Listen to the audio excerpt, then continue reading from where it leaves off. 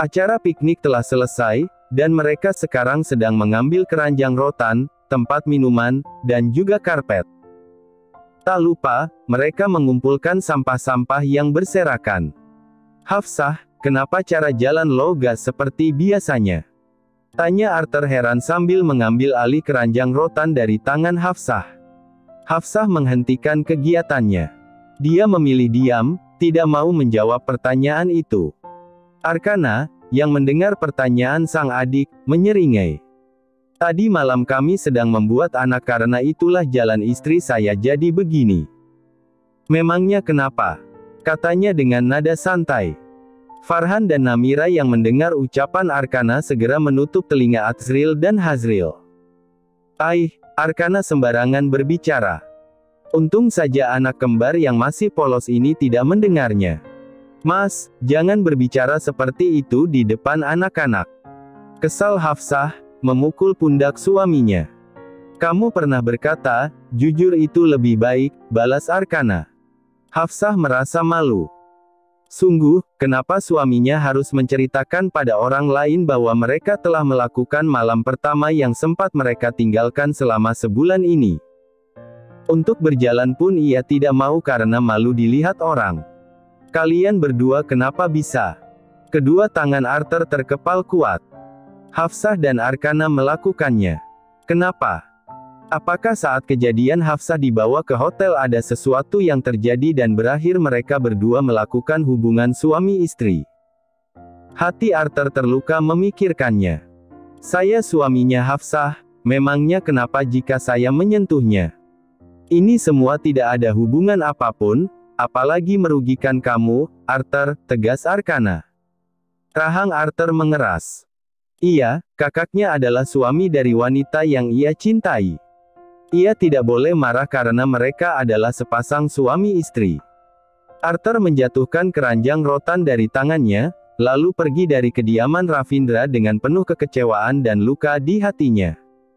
Dia kenapa? Tanya Namira, tidak peka dengan keadaan. Farhan tahu perasaan Arthur. Arthur jatuh cinta pada Hafsah. Kalimat Arkana tadi sudah jelas mengungkapkan apa yang terjadi malam tadi, dan itu menyakiti Arthur. Sementara Namira kebingungan, Hafsah justru merasa khawatir pada Arthur. Ia tahu betul bahwa remaja itu mencintainya. Hafsah pernah merasakan sakitnya dicintai sepihak. Ia berniat menyusul Arthur, namun ditahan oleh tangan kekar Arkana. Mau kemana? Tanya Arkana. Aku mau menyusul Arthur, Mas, jawab Hafsah. Gak boleh, tegas Arkana. Tapi, Mas, protes Hafsah. Hafsah Anindya, panggil Arkana dengan nada serius. Hafsah menunduk. Perasaan Arkana sedang tidak baik, apalagi beberapa menit lalu ia sempat mengungkapkan kasus kematian Hanum pada suaminya. Sejak tadi, Arkana memang selalu diam. Namun, pikirannya terus menyusun rencana balas dendam pada Fiona. Wanita pembunuh Hanum harus merasakan kematian yang sangat mengerikan dari kedua tangannya sendiri. Arkana tidak akan melampiaskan kemarahan atas kenyataan Hanum diracuni oleh Fiona pada Hafsah. Sudah cukup Hafsah pura-pura menjadi Hanum demi mengungkap kebenaran kematian Hanum. Tidak ada lagi lain kali. Ayo, sebaiknya kita masuk ke dalam, perintah Arkana, membantu istrinya melangkah. Mas, aku bisa sendiri, kata Hafsah. Itumu masih sakit, sayang, balas Arkana. Mas, jangan bahas ini lagi, pinta Hafsah. Arkana mengangguk patuh. Dia membuka pintu utama, mempersilakan istrinya masuk ke dalam rumah.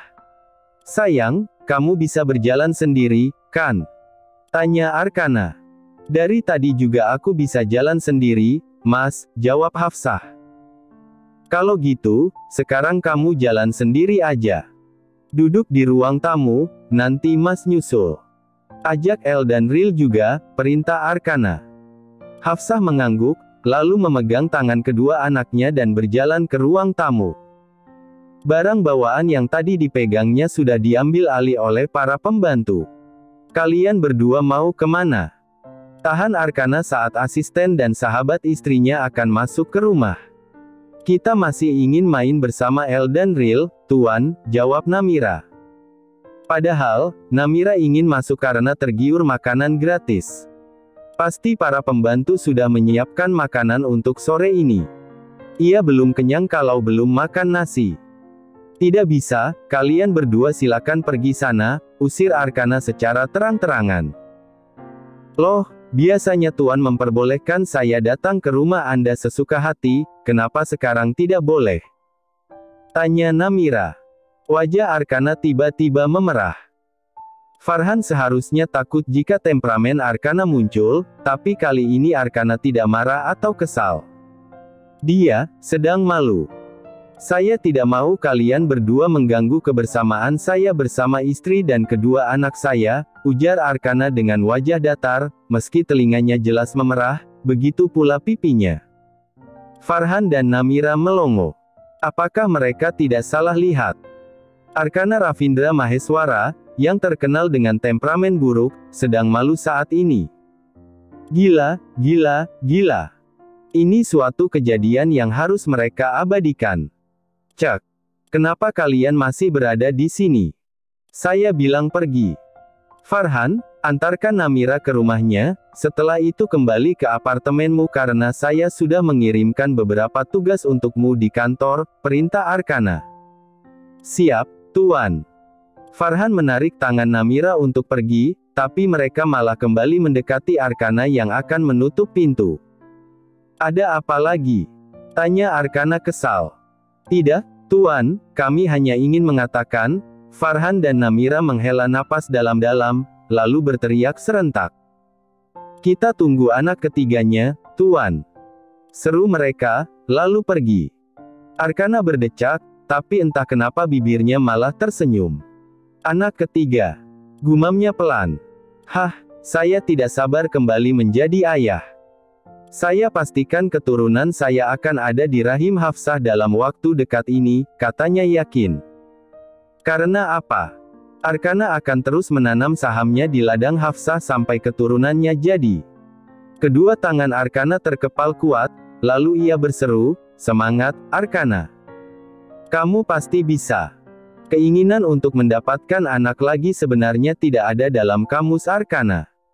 Tapi entah kenapa, saat ia menyentuh Hafsah tadi malam, paginya ia ingin merasakan menjadi ayah kembali.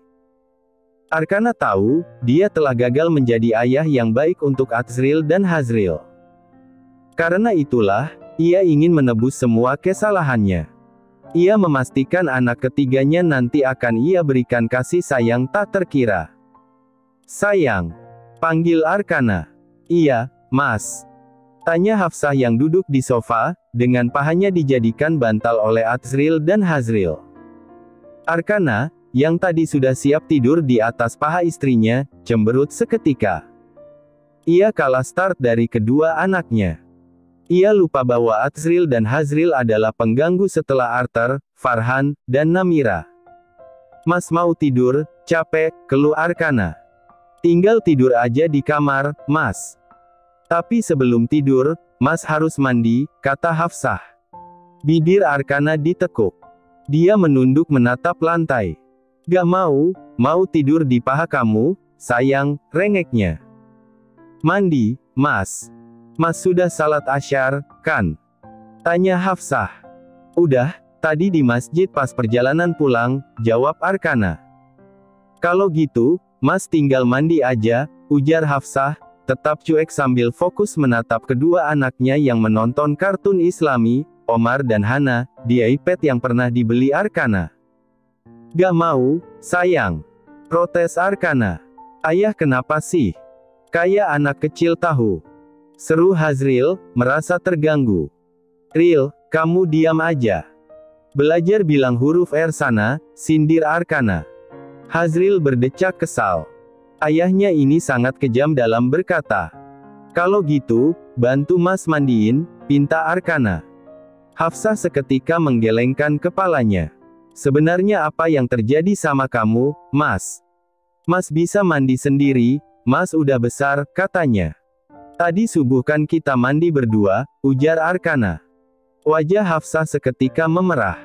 Mandi berdua. Wah, Kok ayah dan bunda gak ngajak kita berdua sih? Protes Hazril, tak terima. Cih, bocil diam aja, sahut Arkana. Azril memilih tertawa melihat ayahnya dan adiknya saling bertengkar lewat kata-kata. Ayo, sayang, biarin mereka berdua di sini, kata Arkana tiba-tiba, lalu mengangkat tubuh Hafsah ala bridal style. Untung saja Azril dan Hazril tidak sampai terjatuh ke lantai saat Arkana mengangkat istrinya. Mas, kamu ini apa-apaan sih? Teriak Hafsah, mencoba memberontak, namun tenaganya tidak sebanding dengan suaminya. Temani saya mandi, ujar Arkana. Gak mau. Tolak Hafsah, terus memberontak, bahkan memukul dada bidang suaminya yang terlihat kokoh. Arkana tidak merasakan sakit sama sekali. Dia malah santai menaiki anak tangga satu persatu dan membuka pintu kamarnya. Arkana terus berjalan ke kamar mandi dan meletakkan tubuh istrinya di atas kloset yang tertutup. Aku sudah mandi, Mas. Seru Hafsah dengan kesal. Kalau begitu, mandikan Mas, sayang, tita Arkana sambil membuka kancing kemeja kantornya hingga perut six-pack-nya terlihat. Dada bidang suaminya ini sangat lebar, apalagi perutnya yang sangat berotot, membuat Hafsah cepat-cepat memalingkan wajahnya ke arah lain. Oke, tapi hanya mandikan Mas aja, jangan aneh-aneh, kata Hafsah. Aneh-aneh apa? Tanya Arkana. Diam, Mas, sahut Hafsah. Arkana tersenyum-senyum sendiri karena merasa senang dimandikan oleh istrinya.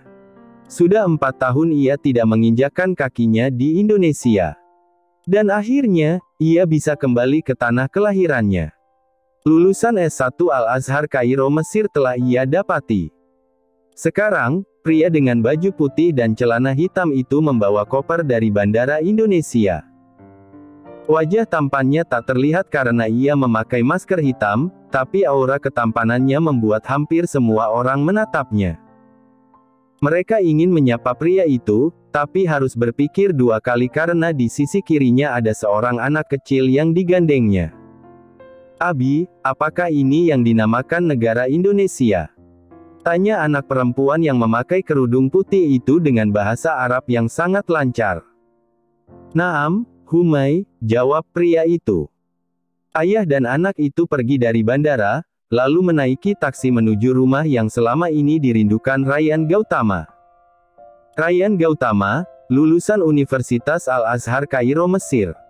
Kedatangannya ke Indonesia karena ada janji yang harus ia tepati. Dia tidak memiliki keluarga. Ayah dan ibunya sudah meninggal dunia saat ia berumur 10 tahun. Ia tinggal bersama neneknya dari sang ayah. Ryan benar-benar tak sabar bertemu neneknya, apalagi wanita yang dulu ia cintai dan juga mencintainya. Sayang, sekarang kamu bisa gunakan bahasa Indonesia yang Abi ajarkan. Di negeri ini, orang-orang memakai bahasa Indonesia, bukan bahasa Arab ataupun bahasa Inggris, ujar Ryan. Anak itu mengangguk lugu. Dia merebahkan tubuh kecilnya di kursi mobil paling belakang. Siap, Abi. Jawabnya sambil memakan lollipop yang diambil dari kantung gamisnya. Lollipop itu pemberian seorang wanita cantik di pesawat yang ingin mendekatinya karena tertarik pada ayahnya.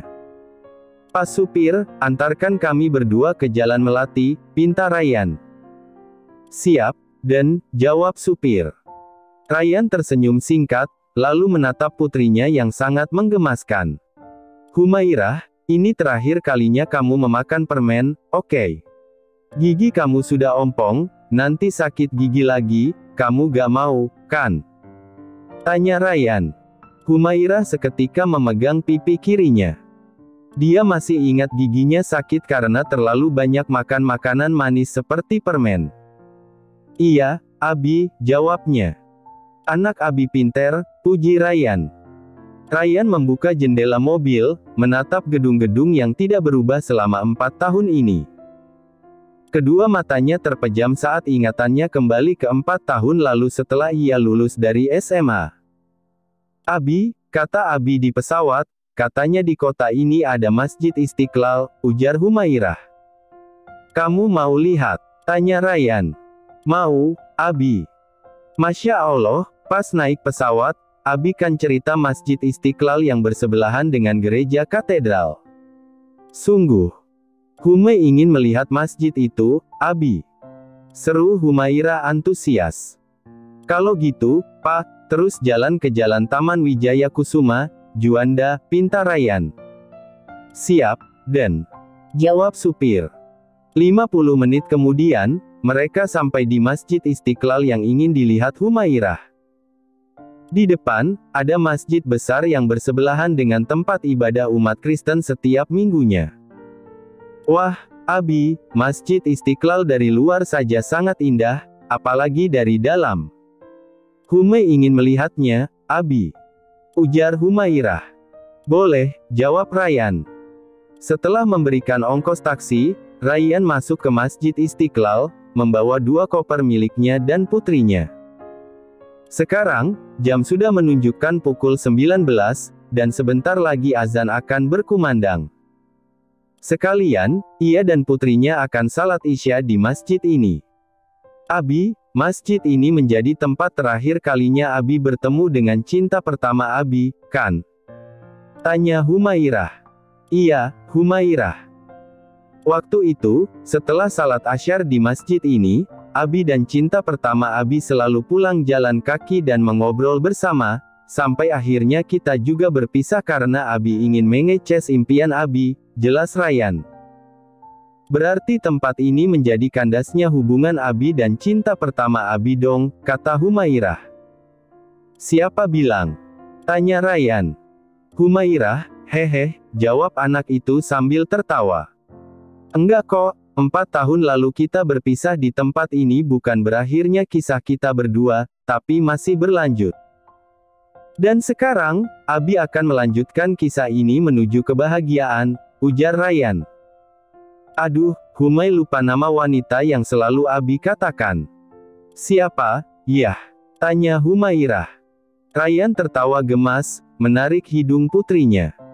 Namanya Hafsa Anindya, dia yang akan menjadi umahmu nanti. Insya Allah, jika Allah berkehendak, jawabnya. Amin Allahumma amin, Abi, ujar Humairah. Terima kasih sudah menonton, guys. Jangan lupa klik like jika kalian menikmati cerita ini, subscribe untuk update konten seru lainnya, dan tinggalkan komentar di bawah tentang apa yang kalian pikirkan atau cerita apa yang ingin kalian dengar selanjutnya. Dukungan kalian sangat berarti. Sampai jumpa di video berikutnya.